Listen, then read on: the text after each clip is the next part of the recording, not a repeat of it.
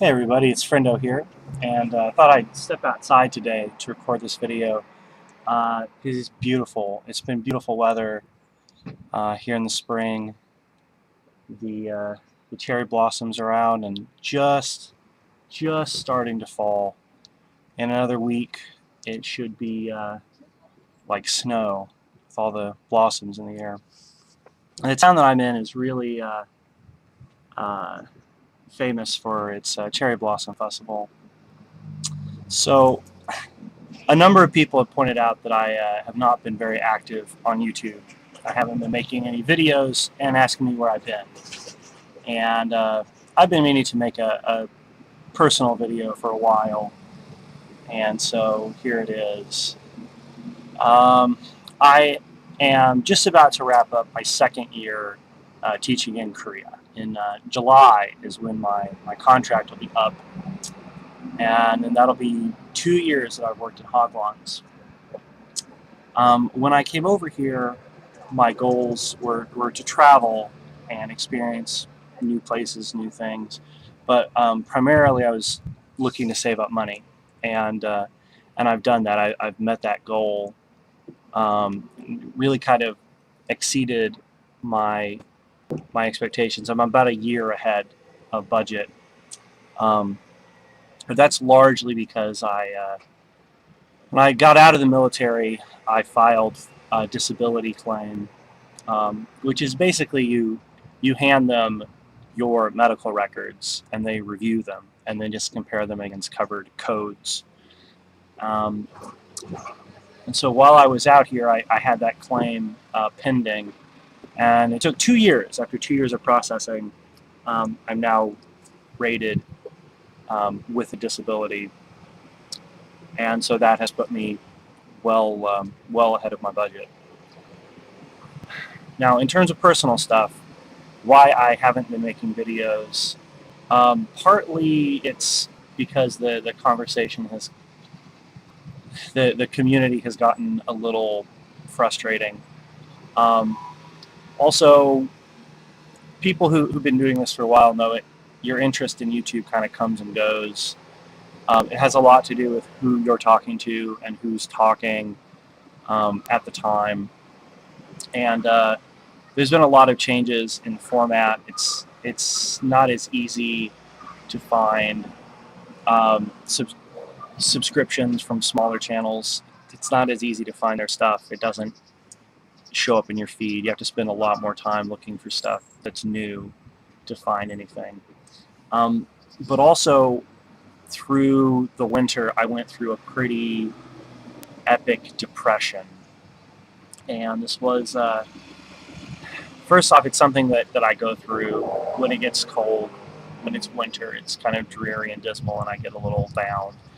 Um, but when the people that you're around are positive and help you out, then that minimizes the depression. And when they do the opposite, it has the opposite effect.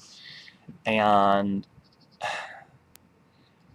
I was in this situation with a woman. She was a coworker of mine, and from when I met her, I knew she used men, so I had made a rule to keep our relationship professional. But after time, it changed, and that changed, and I started developing real feelings for her, and she knew that, and so we had this torturous kind of best friend with feelings on the table kind of situation, and that was that was heartbreaking in and of itself, but not something I could blame her for. It was me and pursuing my own feelings. But right around when winter popped up, she she met another guy, and this had happened before since I'd known her and since she knew that I had feelings for her. But something changed with her, and she lost her tolerance for me. Decided that she couldn't have me around anymore. Um, so she stopped being all that nice to me, and she started telling stories about me when I wasn't around. specifically telling people that I was stalking her, making her uncomfortable, and you guys can kind of see how that would play out. Well, one night, um, fully knowing that I have struggled with depression, that I have this history, um, and having already gone around and started these rumors that I'm dangerously unstable, um, she came around to the bar where I was hanging out with a lot of other friends, and she talked us all into going out to the club. And while we were down at the club, she texted some other people, told them to come along because I was acting crazy. And I was a little bummed out, so another friend took me aside and asked me what was going on. And this woman, she came and found us and started chewing me out, making fun of me for being depressed in front of this crowd of our friends that she'd assembled. And I walked away from that, but then stewed about it for days. And it led to a number of fights after that. Well, we're no longer friends. She is no longer in my life, and it was hard to adjust to, hard to come to that realization. But I'm infinitely more happy now that that's the case. When a toxic relationship, regardless of the scope of it, but when a toxic relationship comes to an end, you are always happier. It is always better for you. And the depression has lifted, and now it's spring. I have a long term, I I guess, relationship. I have something long distance going on with a girl back home, and she is she's better than this other woman in every way. So at least for the time being, I am not just tired of having my heart broken, but I'm done with it for the time being. Um, so as this was happening, then I had the incident with the assault, and I want to say thank you very much, everyone who commented on that video, um, for your support, for your positivity. I definitely appreciate that. It was hard to find that kind of support physically here where I am. There was just so much bravado and macho bullshit. Um, and I had to explain to a group of 20 something bar rats that I don't give a shit about their masculine culture, about what they do or don't think is a pussy move. I'm in my 30s. I'm a military veteran. I've participated in conflicts where people have died. But that was the result. That was the point of the conflict. And I just don't give a shit if someone thinks that pressing charges for an assault is a pussy move. But but to give you guys a sense of the closure of that situation,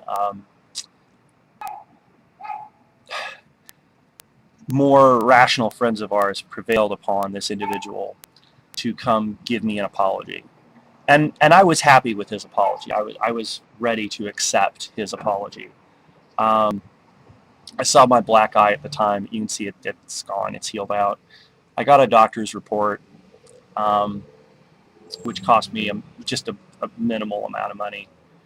Um, there's no permanent damage, no brain damage, no spinal column damage. I took the hit just fine.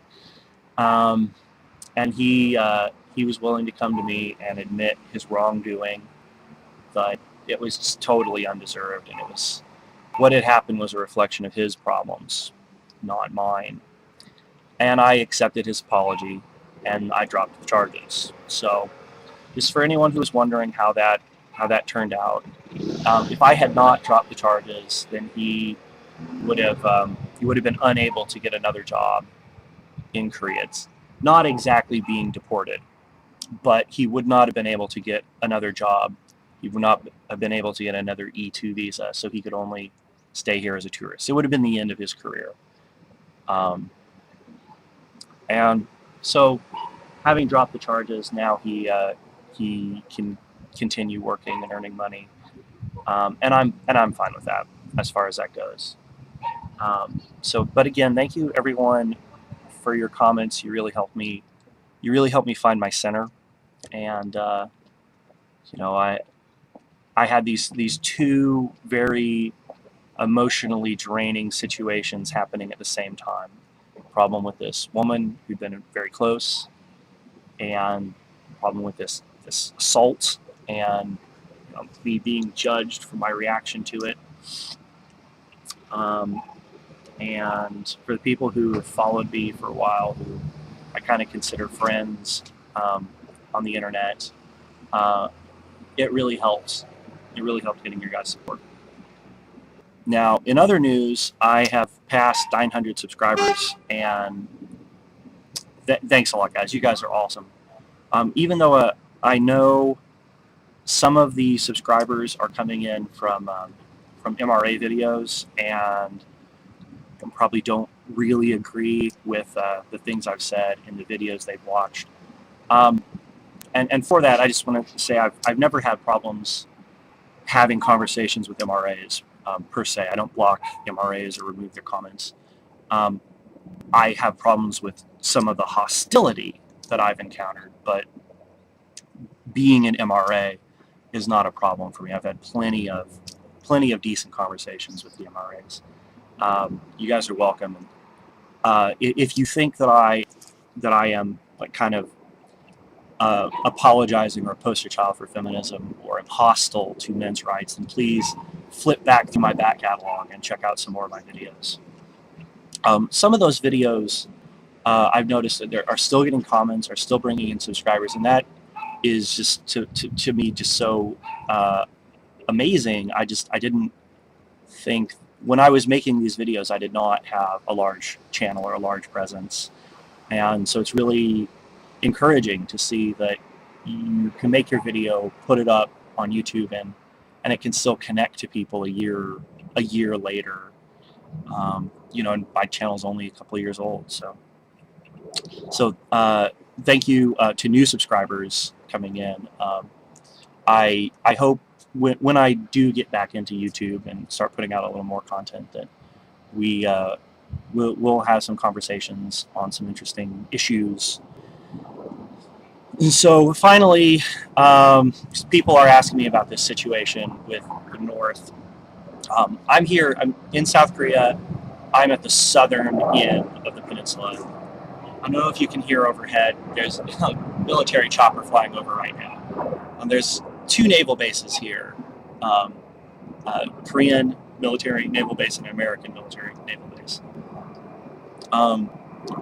Locally, where I am, there's not much fear of damage from a war with the North. Although Changwon is the backup capital in case Seoul is nuked or overtaken. The capital reverts not to Busan, the next biggest city, but to Changwon, which is the first planned city in South Korea, with a population of the whole metro area over 1 million. But down here, people are not all that concerned. This is something that they've lived with their whole lives. The Kim family has always been crazy. They've always been off their rocker. They've always issued threats, and it's not that no one cares. It's not that politics aren't a concern. It's just they've always lived through this, and they're living their lives. In the last 60 years, the North has been stuck on this conflict. They have made their whole way of life out of seeing an existential threat in their neighbor and seeing existential threat in the rest of the world. And where they are now is the result of that militaristic, paranoid world that they live in. The South, meanwhile, while they have had that, starting in the early 90s, the country shifted their view into interacting with the rest of the world, growing, learning, modernizing, and living their lives, enjoying their lives, regardless of whether or not there's a danger around, whether or not there's a threat, having a determination to have real, honest, um, enjoyable lives. And so the mood here is not one of real hostility or tension, but it's a reflection of that other way of living at the world. They have a military system. They can provide for their own defense. They have allies. And I think everyone understands how horrible war between between the two Koreas would be. Everyone knows that. No one wants it. Um, but around here, people are just not living lives of paranoia, fixated on that conflict. They're going around living their daily lives. And perhaps if I was in Seoul, I would see a little more tension. I would see a little more hostility. But a couple of weeks ago, I was in Busan. There was a rally. I saw demonstrators coming down the street. They were protesting nuclear weapons, and that was it. That was their concern. It was not hatred or vitriol toward North Korea or communist system or the military, but protest of nuclear weapons on principle. So it's just not a concern here right now, but certainly I'll make videos about the conflict if it comes up. But for me, right now, my biggest thing is trying to figure out what I want to do next. If I want to stay in Korea, which I really do, I want to stay in Korea and teach at universities. But with just a master's degree, which is not a master's in English, not a master's in TESOL, I don't know that I'm all that competitive in the market. But I don't want to work in Hagwons anymore. I've had my 2 years. I put in my time. Maybe I'll apply for public schools. I really want to look at universities. Maybe I will look at moving to another country and sort of refreshing this experience of teaching overseas. In any event, thank you guys. Thank you so much for the support and for watching and for commenting. You guys are awesome. Even the guys who subscribe because you don't really disagree with what I have to say and want to see what else I put out. Thank you, everybody. That's it for now. Take care.